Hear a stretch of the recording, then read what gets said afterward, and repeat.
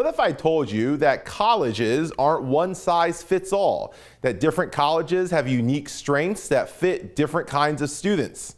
Dr. Mark Erickson, Senior Director of International Development at Lehigh University and President Emeritus of Northampton Community College, joins us today to reflect upon his career in higher education and the advice that he has for students.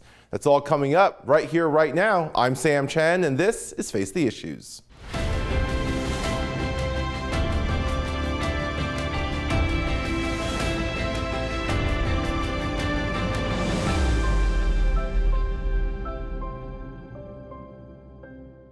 Good evening and welcome to Face the Issues. I'm Sam Chen.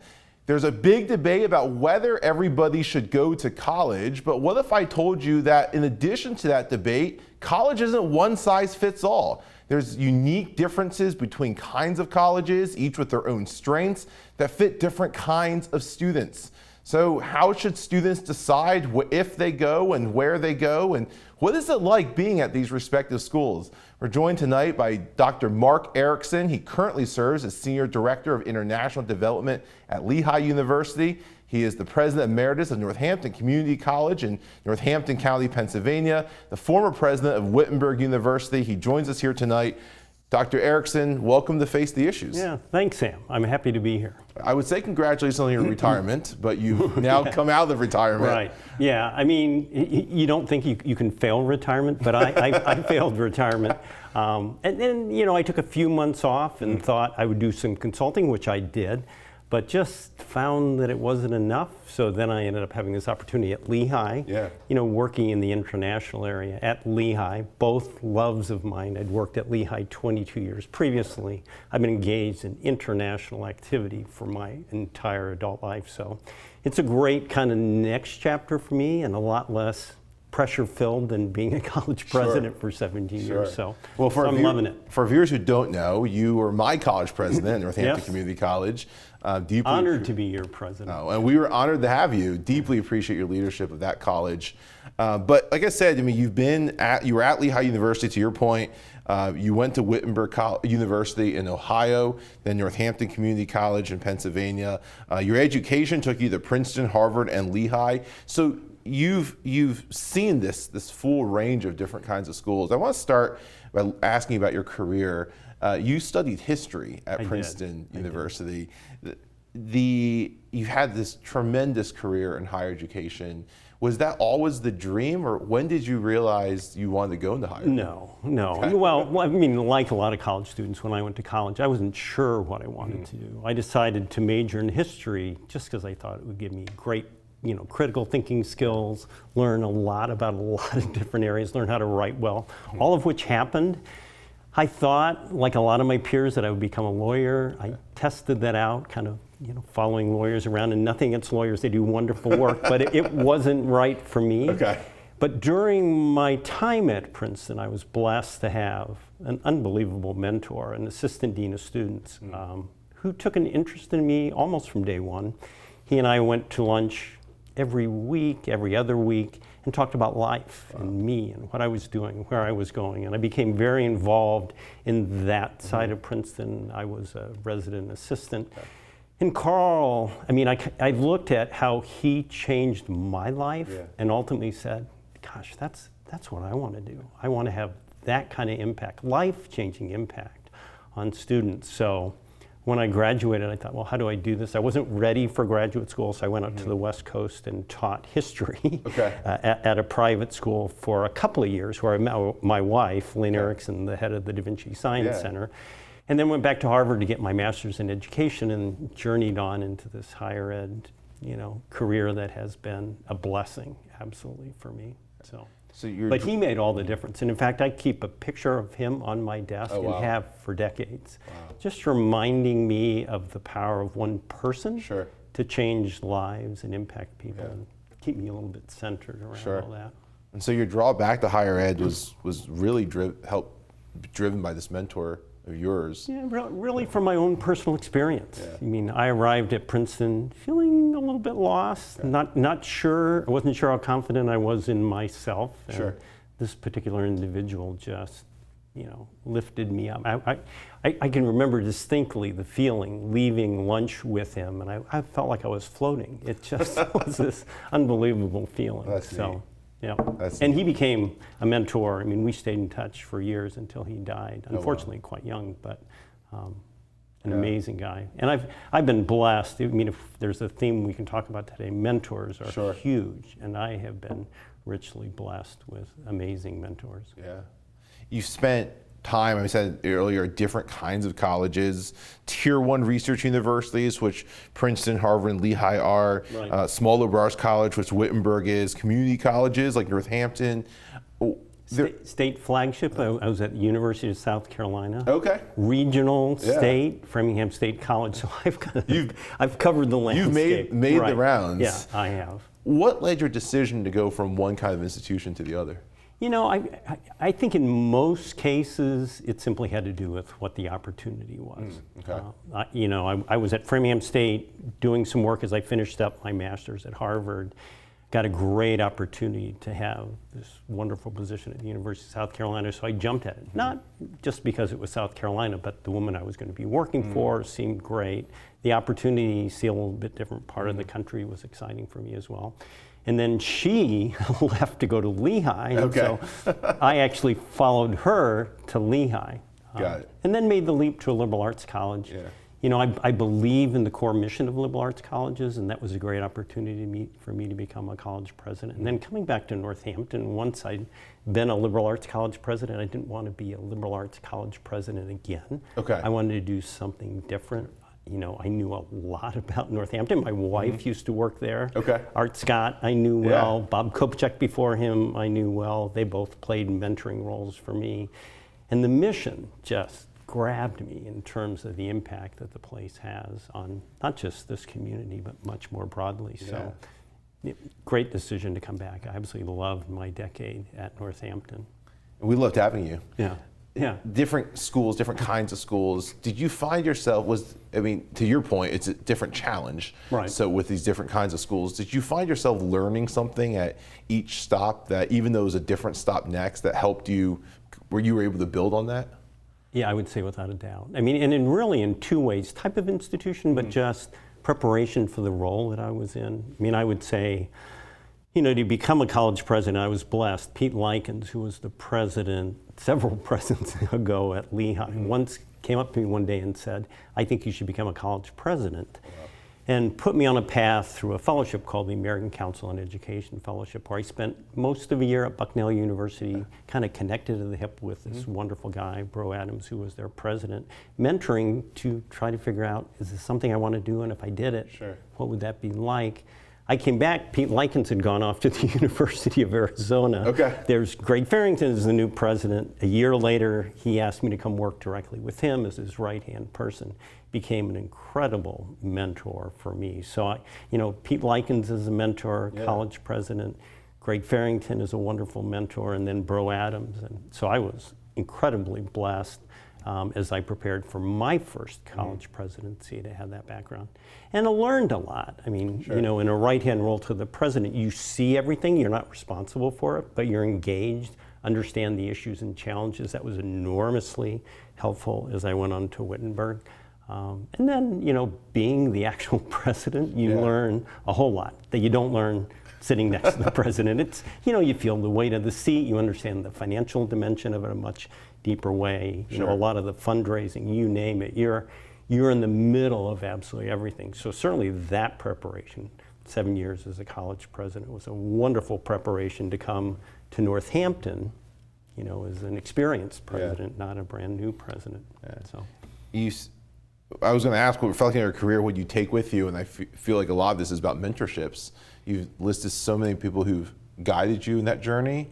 One question, when you become college president, my former dean at Baylor became president of the University of Dallas, Tom Hibbs. Right. And he said he would sit at his desk and think, as a dean, he said, I would always think, who do I have to go to get this done? He goes, I sit at my desk at Dallas and think, all right, who do I have to call? And about 2 minutes in, it dawned on him, me. I have to call me.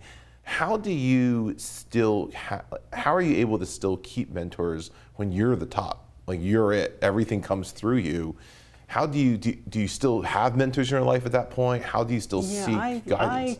I think no doubt about it. I mean, certainly some of these individuals who mentored me before I became a college president continued to be lifelong mentors, wonderful mentors. But the other thing I would say about mentoring, you don't necessarily always learn from someone who sits here on kind of the ladder above you. You know, I think of a particular student who I probably learned more from than anyone in my life at Lehigh.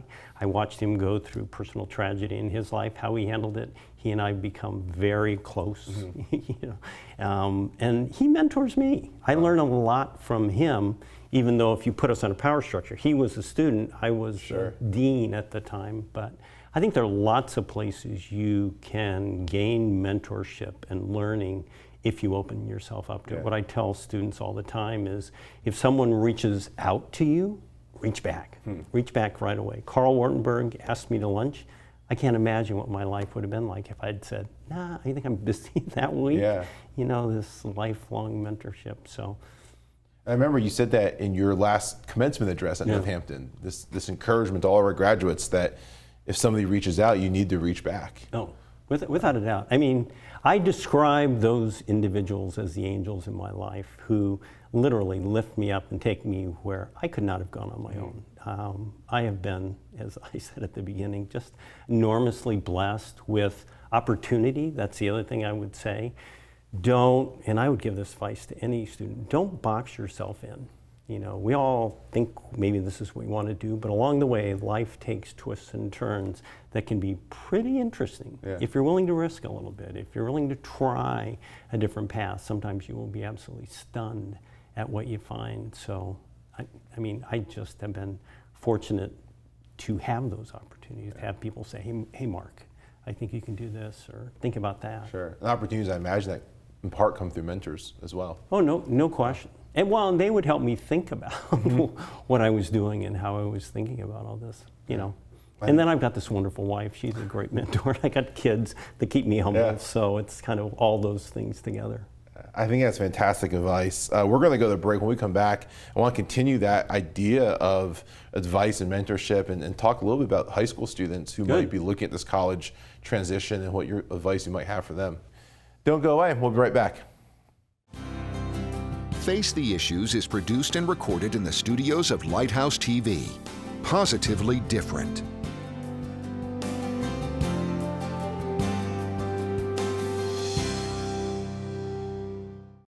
Watch Lighthouse TV wherever you go. Available on Roku, Amazon Fire TV, and Apple TV. You can view our in-house studio productions on demand, or watch what's on the station right now with our 24/7 live stream. Search Lighthouse TV online on your streaming device, or go to our website lighthousetv.org for more information. Lighthouse TV, positively different. Welcome back to Face the Issues. Dr. Erickson, thank you again for joining us. We left off talking about your career and this idea of mentorship and opportunity. I want to kind of shift from that to talking about these young students who are looking at going to colleges and now there's opportunities that await them. We said throughout this conversation so far, you've been at a diversity of different colleges. We're talking tier 1 research universities, large state schools, small liberal arts colleges, community colleges, and so forth. What is different when if you're a student or if you're advising a family, students and parents, as they look at all these different kinds of colleges, what is the difference between them and what should they be thinking about? Right. Well, let me jump all the way back to something you said as you started out this program, which is, you know, the question is out there, should you go to college? And as someone who's been in this profession for 43 years and seen firsthand the transformative impact of colleges for students at all different types of institutions, I would say do go to college. You know, despite some of what you hear in the media or the clatter that's out there, it matters and makes a difference. I think students fundamentally have a chance to create their futures and themselves in a much deeper, richer way if they expose themselves to that experience, whether or not that's at a Princeton or at a community college. Both incredible experiences, both incredibly expanding experiences for those students if they address it in the right sort of way. So, I mean, I can talk a little bit about the different places and how families should think about this. Do you want me? Yeah, absolutely. That'd be great. I mean, the first thing I would say is it's not a one-size-fits-all. I think the biggest mistake people make when they look at colleges is to say, well, I think my kid should go there, and think that that's because of your conceived notion of what your student should do. Sure. When in fact, a different college is probably better for another student than it might be for a different student. It's a lot about it is fit. I encourage students to visit the campus, talk to the students, see if they see themselves there. Find out the kind of place that's going to push and challenge them and expand them in terms of what they need to be doing. And try different options. I'm a huge community college fan, and I've seen unbelievable students who begin their journey there, often for many sorts of reasons. Sure. Staying local, finances may be an issue, or they just aren't sure what they want to do, so they want to start there. And they build this foundation with this caring faculty that then launches them literally to do anything they may want to do. For other students, the leap right into Lehigh makes sense. It fits with them, their family, where they're going. Maybe they got a full aid package, or, and one of the things I love about higher ed right now is more and more the notion of, attracting first generation students and lower income students across the board to all institutions is a priority, understanding that makes for a much richer experience for everybody there. But think about fit, and then talk through all the tough issues, but talk through them with an open mind, and look and visit and make informed decisions, knowing that people also transfer. Right. You can go somewhere, make a mistake, and make a different decision, but wherever you go, take full advantage of it. That's the other piece that I struggle with sometimes. I see students, they get this great opportunity to go off to college, and then they squander it. Yeah. They either don't have the self-belief in themselves, so they don't push themselves out there, or they're timid, they don't engage in other activities, a lot of extracurricular activities, clubs. Do things to stretch yourself. This is a unique opportunity in your life to expand and grow. Even classes outside your major. Oh yeah. I mean, I wish I took more advantage of that. Where else can you you've paid your tuition, where else can you just sit and take a class that is not in your area of study? And you might be amazed that may end up being the thing that you most love. I mean, I remember at Princeton, I took modern dance. I thought my dad was going to die. I did not send you to Princeton to take one of the best classes I've ever taken, and kind of opened up my mind to a whole area of the world that I had not spent a lot of time thinking about, that now in my adulthood, enriches who I am and how I think about the world. So push and stretch and believe in yourself. I think, and I can relate a little bit to this. I mean, I was a public high school kid going to Princeton at a time when most of the students coming there came from private schools. Sure. I was an athlete, so I often thought, am I good enough? I think a number of students, no matter what college they're going to, sometimes come in a little timid and shy. And I would tell them, you're as good as anybody. You really are. You may not have had every opportunity of everybody, but deep down, it's amazing what you can do if you believe in yourself and surround yourself with people who will give you that positive reinforcement. Yeah, I couldn't have put it better. I mean, that advice, I would echo that. I think about the times that I've wasted experiences in my undergrad years, and you're at the great campus, great faculty, great community. I mean, take advantage of it. Yeah. You mentioned something about visiting schools. I think a lot of times students, right now prospective students are looking at, with higher ed, they're looking at, I mean, academics is a given, but cost. And that seems to be driving the majority of these decisions, which is that sticker price. You emphasized a few times the importance of a fit. Right. It's more than just the cost and the academics. How important is it to see the school? What would your advice be as far as that goes? I mean, eat in the dining hall, chat with students, sit in the class. How would you make the most of a college visit?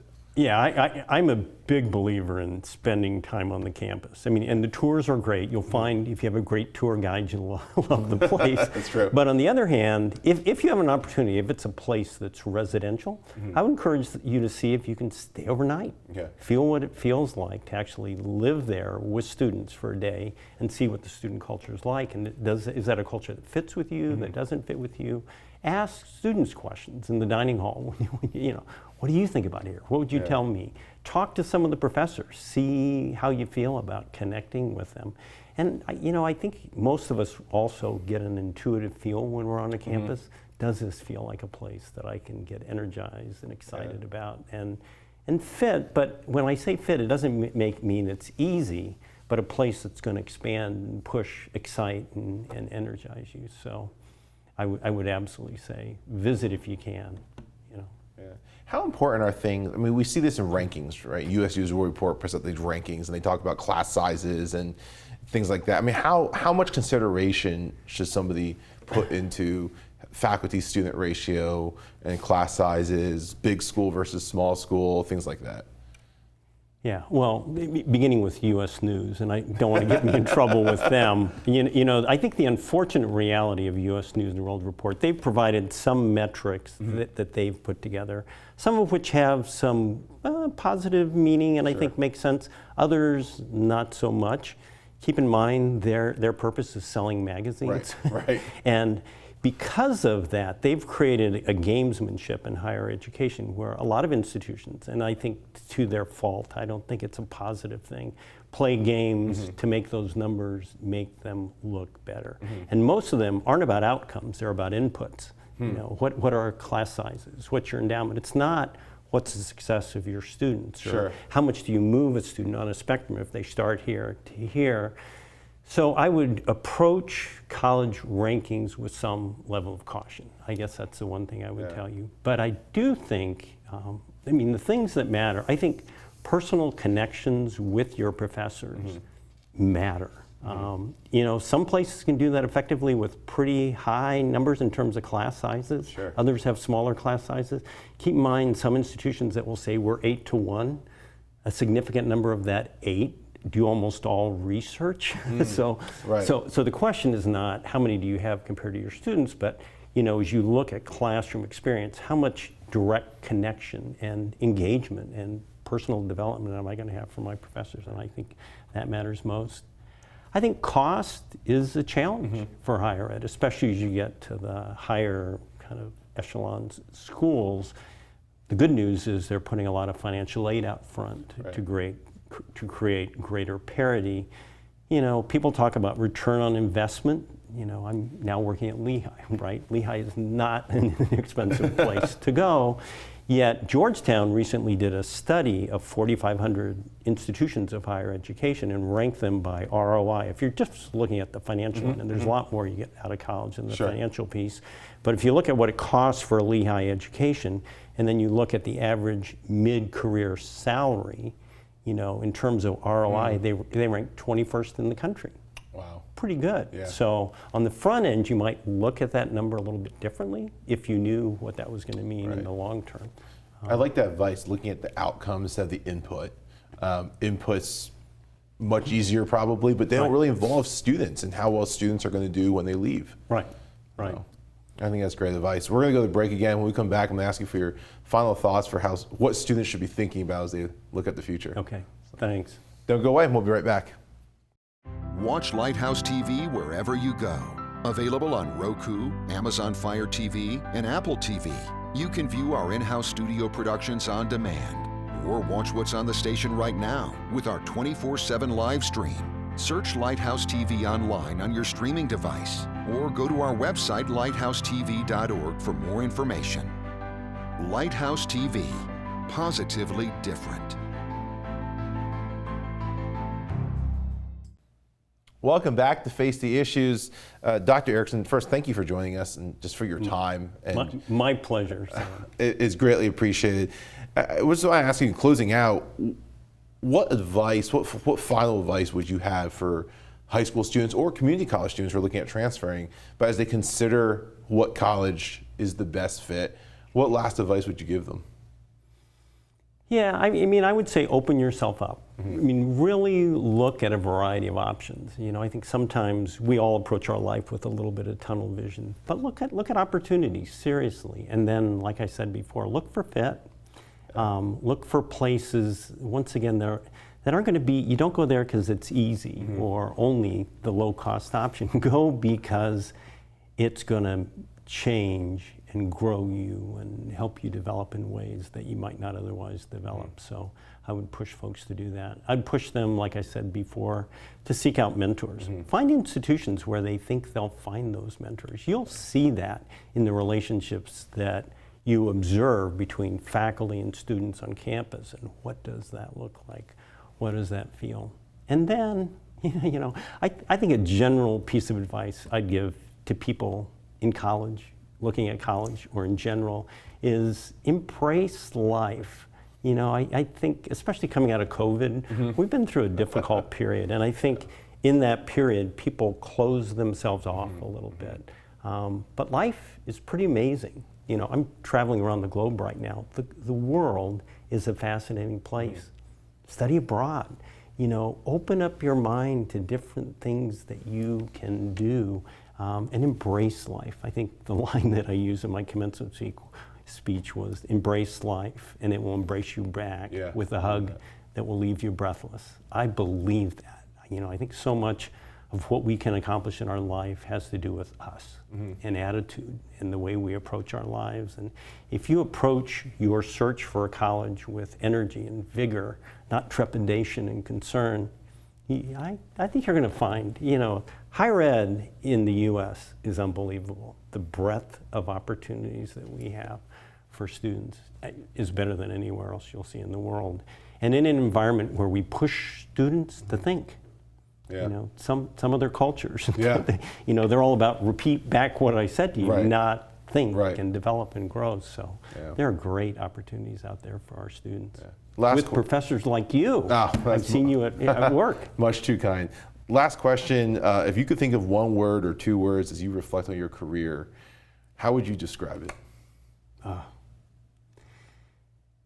Yeah, I mean, like I said at the beginning, I feel enormously blessed, you know, blessed by opportunity, and not all of it was easy. I had some tough challenges and I failed sometimes. That's another thing I would tell students, don't be afraid to fail. I've sometimes learned much more when I failed than when I've been successful.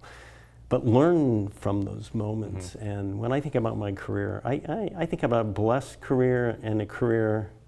I mean, I wouldn't change anything that I've done, even the rough spots. It's been a meaningful ride, and as I kind of close out this chapter and open this next chapter, the thing that I feel best about are continued connections with some of those students. I mean, I think back to Carl Wartenberg, and if I could play that much of his kind of role with some other students, gosh, that means the world to me. So. Dr. Erickson, thank you for your career, for all the students that you've blessed, and for joining us. Well, thank you, Sam. It's been a pleasure to be here. Pleasure's all mine. Thanks for having me. My pleasure. That is our show for this evening. I want to thank Dr. Erickson for joining us and for the impact he has had on so many lives, not just in Lehigh Valley, but throughout the country and beyond. I want to thank each of you for tuning in. We hope to see you again right back here next week. Until then, my name is Sam Chen. On behalf of all of us here at Face the Issues, thank you and good night.